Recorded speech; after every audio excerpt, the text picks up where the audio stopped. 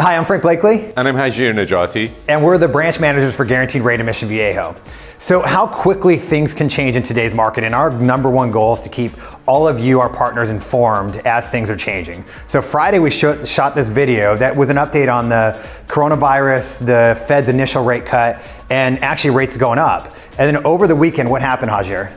So during the weekend, Federal Reserve had that emergency meeting and they cut the federal rate down to 0 to 0.25%. That means when the banks are going to borrow money from the Federal Reserve, they can borrow at a rate between 0 and 0.25% for overnight to be able to sustain their portfolio. Yeah, so I think what's really important for people to know is that rates are not zero on fixed rate loans, right? These loans affect short-term loans like home equity lines of credit, your car loans, your credit card loans. 30-year fixed rates will probably never be at zero because banks still have to profit, right? They have to get loans through. And so they're on a different scale called mortgage bonds. And that was part of the reasons that the Fed stepped in, right? So they did a couple other measures yesterday as well. They announced that they're going to put $200 billion into buying mortgage-backed security bonds, basically buying mortgages. Qualitative easing, right? Yeah. And then they also announced that all the profits that's come from these mortgages, and remember, this is not the only part of the Federal Reserve mortgage portfolio. They have been doing this since 2008. So they still have mortgages that they are holding as an investor.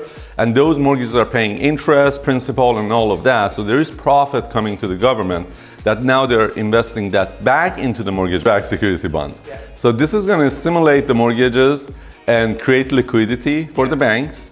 And if the clog of the system because of the refinance allows, this can actually change the rates to the lower. Yeah, so I was calling my partners and letting them know like, hey, rates are low, rates went up last week, should start coming back down again based on the mortgage bond securities. But we were afraid that banks wouldn't have enough money to fund all these loans. And so now with the Fed stepping in, liquidity is now there for them to fund loans. Secondly, investors pulled out of the market completely. So even though stocks were going down, typically what would happen is investors would put money into bonds, but they weren't doing either one. And now with the Fed stepping in and now purchasing, there's a buyer. Now there's a buyer, which should bring rates lower. 0%, no. However, lower maybe back to where they were a couple weeks ago. So if you want to have some tangible numbers, rates were like in low 3s 2 weeks ago. They went up to low 4s last week. As of Friday, they were like 4.25-ish on a conforming level. Now they're about 0.5% to 0.6% lower, back to mid 3s or high 3s. Yeah. So that's what we're seeing today. Watch the video from Friday too to comply this. Yep. And see you next week. That's right. Thank you so much.